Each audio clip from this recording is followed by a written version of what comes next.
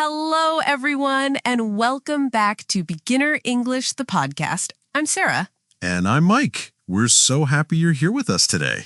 That's right, Mike. Whether you're walking to work, cooking dinner, or just relaxing at home, we're here to help you learn English in a fun and easy way. Exactly. And speaking of easy, today we have something really special for you. We're going to talk about how you can practice English for just 30 minutes every day and still make amazing progress. Oh, I love this topic. You know, Mike, so many of our listeners tell us they want to improve their English, but they think they need to study for hours and hours every day. Right. They say things like, I don't have enough time, or I'm too busy with work and family. But here's the thing. You don't need to study for 3 hours a day to get better at English. That's absolutely true. In fact, studying for 30 minutes every day is much better than studying for 3 hours once a week. Exactly. It's like, how can I explain this? Sarah, do you go to the gym? Yes, I do.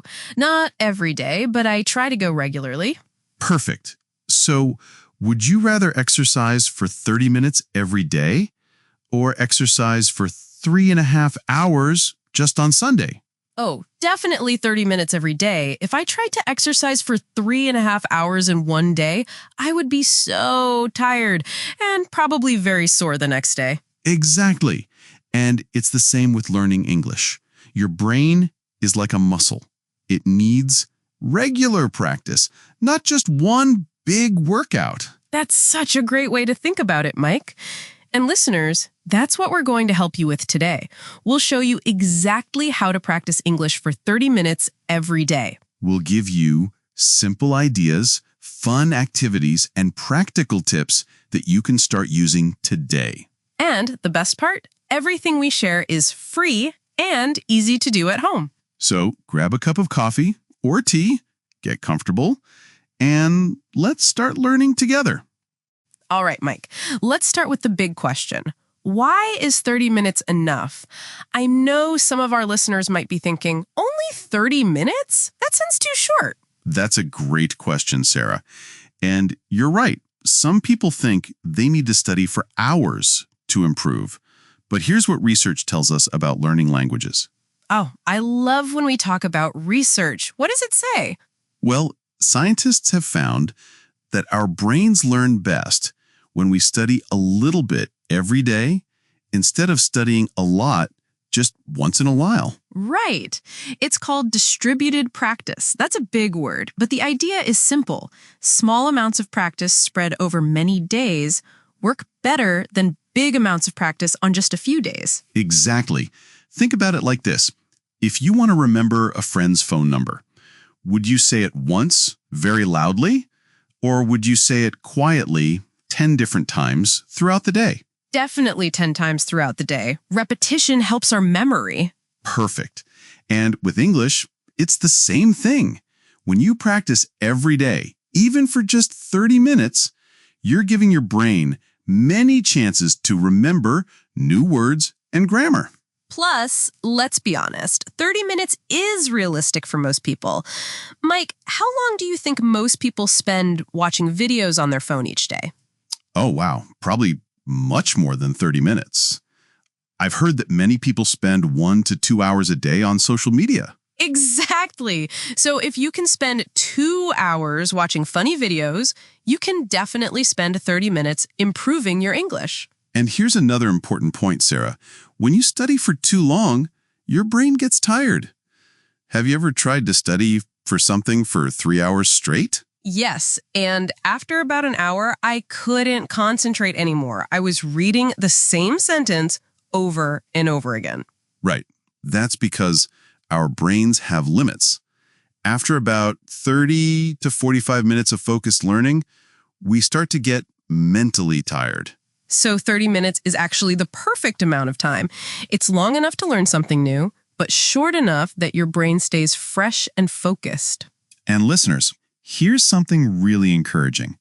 If you practice English for 30 minutes every day, that's 210 minutes per week. That's 3.5 hours. Wow. When you say it that way, it sounds like a lot. It is a lot. And if you do this for a whole year, that's more than 180 hours of English practice. That's amazing. I love that math, Mike. It shows that small daily habits can create big results over time. Exactly. And speaking of habits, that's another reason why 30 minutes works so well. It's much easier to build a habit when the activity doesn't take too much time. Right. If someone tells you to study for 2 hours every day, you might do it for a week, but then you'll probably stop because it's too much. But if someone tells you to study for 30 minutes every day, you think, okay, I can do that. And once you start doing it regularly, it becomes automatic. Like brushing your teeth. You don't have to think about it, you just do it because it's a habit. Perfect example, Sarah. And that brings us to our next point. What should you do during those 30 minutes? Great question. We have so many fun and practical ideas to share with you. Okay, listeners, this is the part you've been waiting for. Let's talk about what you can actually do during your 30 minutes of daily English practice. Yes, and remember, you don't have to do the same thing every day. In fact, it's better to mix different activities to keep things interesting. Absolutely. So let's break this down into the 4 main skills: reading, listening, speaking, and writing. Perfect. Let's start with reading. Mike, what are some simple ways our listeners can practice reading English for just 10 to 15 minutes a day? Great question. One of my favorite ideas is to read news articles written for English learners. There are websites that take real news stories and rewrite them with simpler vocabulary. Oh, that's brilliant. So you're learning about what's happening in the world and you're practicing English at the same time. Exactly. And here's a tip. Don't worry about understanding every single word. If you understand about 70 to 80% of what you read, that's perfect. Right. If you understand everything, the text is probably too easy. If you understand less than 60%, it might be too difficult. Perfect explanation, Sarah. Another great reading activity is to read children's books or young adult books in English. Yes, some people feel embarrassed about this, but there's no need to be. These books use clear, simple language, and they often have interesting stories. And here's something cool. You can often find these books for free at your local library, or you can read them online. That's true. And speaking of online, let's talk about a really fun reading activity. Mike, have you ever read the comments under English YouTube videos? Oh, yes. That's actually a great way to see how real people write in English. You can see informal language, slang, and how people express opinions. Exactly. Just spend 5 minutes reading comments on a video about a topic you enjoy, maybe cooking, sports, or music. Just remember that not all comments use perfect grammar, but that's okay. You're seeing how real people communicate. Great point. Now, let's move on to listening. This is so important because understanding spoken English can be challenging for many learners. Absolutely. And here's the good news. There are so many free ways to practice listening every day. Right. The most obvious one is podcasts, like this one, but there are podcasts about everything: cooking, history, science, sports. Yes. And here's my tip for listening practice. Start by listening to podcasts or videos about topics you already know well. Oh, that's smart. Can you give us an example? Sure. Let's say you're really good at cooking. You could listen to an English cooking show or podcast. Because you already understand cooking, it's easier to understand the English. I love that strategy. You're using your existing knowledge to help you understand the language. Exactly. And gradually, you can start listening to content about topics that are new to you. Another great listening activity is watching English movies or TV shows with subtitles. But here's the key. Don't just watch passively. Right. Sarah, what do you mean by don't just watch passively? Good question. I mean, don't just sit and watch like you normally would. Instead, try to actively pay attention to how the actors pronounce words or how they use common phrases. That's a great point. You could even pause the video sometimes and repeat what the actor just said. Yes, or you could watch a short scene twice, once with subtitles and once without subtitles. Oh, I like that idea. It's like a little challenge for yourself. Exactly. And remember, it doesn't have to be a full movie. Even watching a 5-minute video on YouTube counts as listening practice. Absolutely. Now, let's talk about speaking practice. This is often the most challenging part for our listeners. Right, because you need someone to speak with, right? Well, actually, that's not always true. Good point, Sarah. You can practice speaking even when you're alone. Yes, one of my favorite techniques is called shadowing. Mike, have you tried this? I have. It's really helpful. Can you explain it for our listeners? Sure. Shadowing means listening to English audio and trying to repeat what you hear at the same time. It's like singing along to a song. That's a perfect comparison. You play a podcast or video, and you try to speak along with the person who's talking. Right. It helps you practice pronunciation, rhythm, and the natural flow of English. And you can do this with any audio content, podcast episodes, news broadcasts, even parts of movies. Another speaking technique is talking to yourself. I know it sounds silly, but it really works. It's not silly at all. I do this too. You can describe what you're doing throughout your day, or you can pretend to have conversations. Exactly. For example, when you're cooking dinner, you could say out loud, "Now I'm cutting the onions. Next, I'll heat the oil in the pan." Or you could pretend you're explaining your day to a friend. Today, I went to work, and then I stopped at the grocery store. These activities help you practice forming sentences quickly and naturally. And if you do want to practice with other people, there are free language exchange websites where you can find conversation partners. Right. You help someone practice your native language, and they help you practice English. It's a win-win situation. Now, let's talk about the fourth skill, writing. Sarah, what are some simple ways to practice writing every day? One of the easiest ways is to keep a simple English journal. Just write 3 or 4 sentences about your day. That's perfect.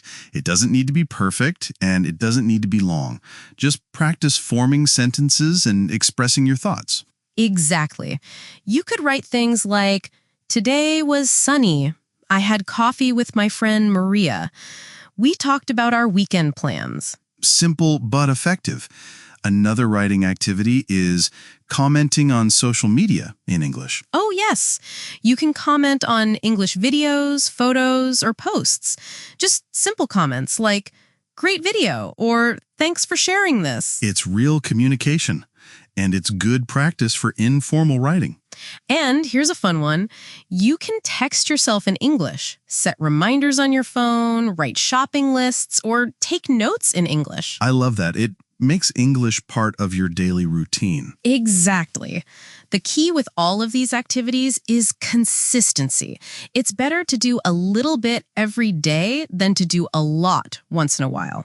Perfect summary, Sarah. And now let's move on to some fun daily challenges that can make learning English even more enjoyable. All right, Mike, this is my favorite part. Let's talk about mini challenges.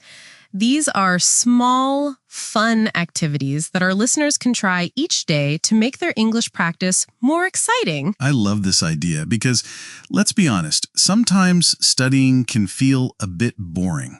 But when you turn it into a game or challenge, it becomes much more fun. Exactly. So let's give our listeners 7 different mini challenges, one for each day of the week. Are you ready?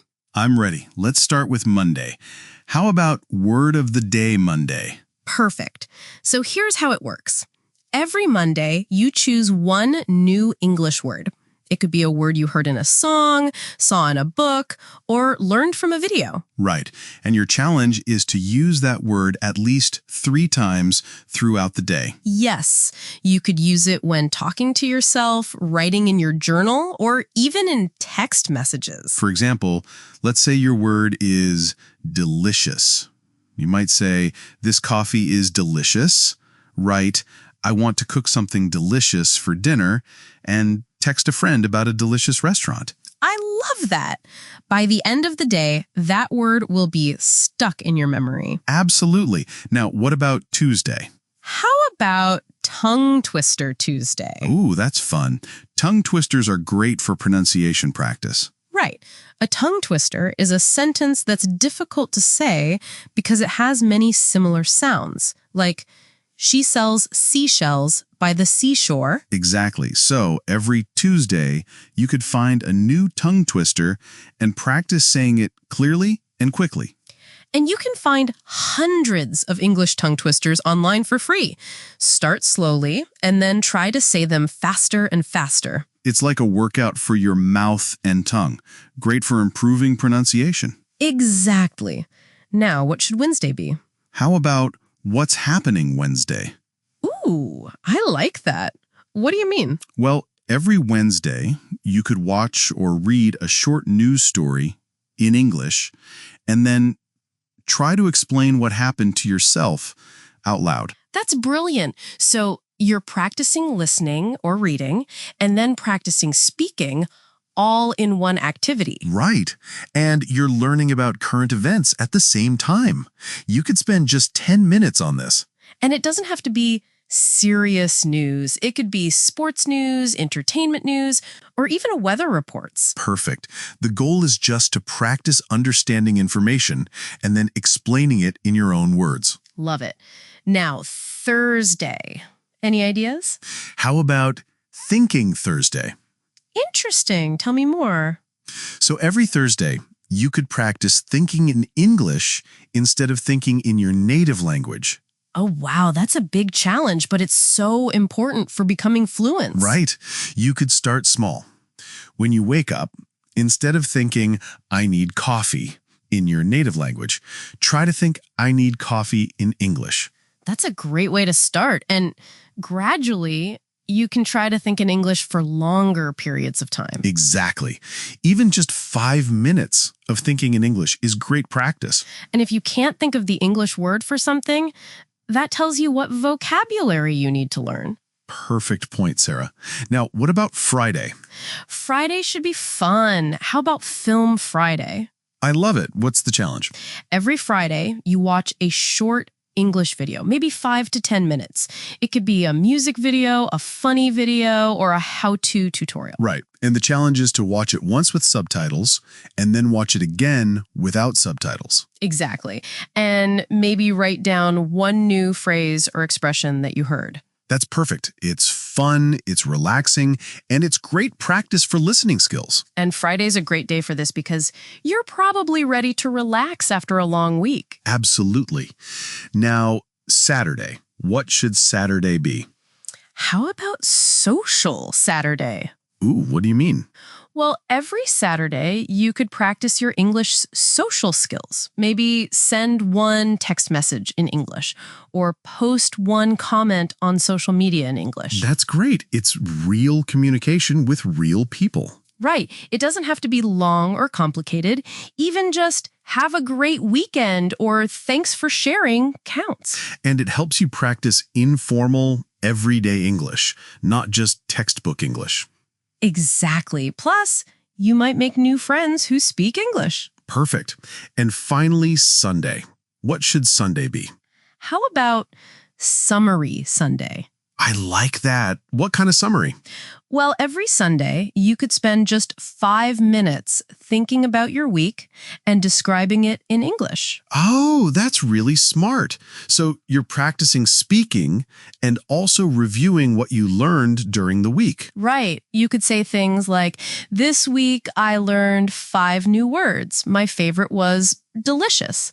I also practiced my pronunciation with tongue twisters. And it helps you see your progress, which is really motivating. Exactly. Plus, it's a nice way to end the week and prepare for the next week of English practice. I love all of these challenges. And listeners, remember, you don't have to do all of them. Just choose the ones that sound fun to you. Right. The most important thing is to enjoy your English learning journey. If it's not fun, you probably won't continue doing it. And you can always modify these challenges to fit your interests. Love cooking? Watch cooking videos on Film Friday. Love sports? Read sports news on What's Happening Wednesday. Perfect point, Mike. Make your English practice personal and relevant to your life. Absolutely. Now, let's wrap up this episode with some final thoughts and encouragement. Wow, Mike, we've covered so much today. I hope our listeners are feeling excited about their 30-minute daily English practice. Me too. Let's quickly summarize what we talked about today. Great idea. First, we explained why 30 minutes of daily practice is better than longer study sessions once or twice a week. Right. Remember, your brain is like a muscle. It needs regular exercise, not just one big workout. Then, we gave practical ideas for reading, listening, speaking, and writing practice that you can do every day. And we shared those fun mini challenges for each day of the week, from Word of the Day Monday to Summary Sunday. The most important thing to remember is this: consistency is more important than perfection. It's better to practice for 30 minutes every day than to study for 3 hours once a week. Exactly. And don't worry if you miss a day sometimes. That's normal. Just start again the next day. Right. Learning English is a marathon, not a sprint. Slow and steady progress is the best kind of progress. And remember, all of the activities we mentioned today are free. You don't need to buy expensive courses or materials. That's true. You can use YouTube, free podcasts, library books, and your own creativity. Now, we have some homework for you. But don't worry, it's fun homework. That's right. We want you to choose one activity that we mentioned today and try it for the next 7 days. Just one. Maybe it's reading news articles for English learners, or watching English videos with subtitles, or keeping a simple English journal. Choose something that sounds interesting to you. If you love music, maybe listen to English songs and read the lyrics. If you love cooking, watch English cooking videos. The key is to start small and build the habit. Once you're comfortable with 30 minutes a day, you might naturally want to do more. But remember, more isn't always better. It's better to do 30 minutes consistently than to do 2 hours and then burn out. Absolutely. And here's something really important. Celebrate your progress. Yes, every time you complete your 30 minutes of English practice, that's a victory. Be proud of yourself. Learning a language is one of the most challenging things you can do. Every day you practice, you're doing something amazing. And speaking of amazing, we want to hear about your progress. If you try any of the activities we mentioned today, let us know how it goes. Right. You can leave us comments, send us messages, or share your experience with other English learners. And remember, you're not alone in this journey. There are millions of people around the world learning English just like you. Some days will be easier than others. Some days you'll feel like you're making great progress, and other days you might feel stuck. That's completely normal. Everyone experiences ups and downs when learning a language. The most important thing is to keep going. Even on days when you don't feel like practicing, try to do just 5 minutes. Something is always better than nothing. And be patient with yourself. Language learning takes time. You might not see huge improvements every day, but if you look back after a month or two, you'll be surprised by how much you've learned. That's so true, Sarah. Progress in language learning is often invisible from day to day, but very visible from month to month. Exactly. It's like watching a plant grow. You can't see it growing every day, but after a few weeks, you can definitely see the difference. I love that comparison. Your English is growing every day, even when you can't see it. And listeners, remember why you started learning English. Maybe you want to travel, or get a better job, or talk to friends from other countries. Keep that motivation in your heart. On difficult days, remember your why. Because English isn't just grammar rules and vocabulary lists. English is connection.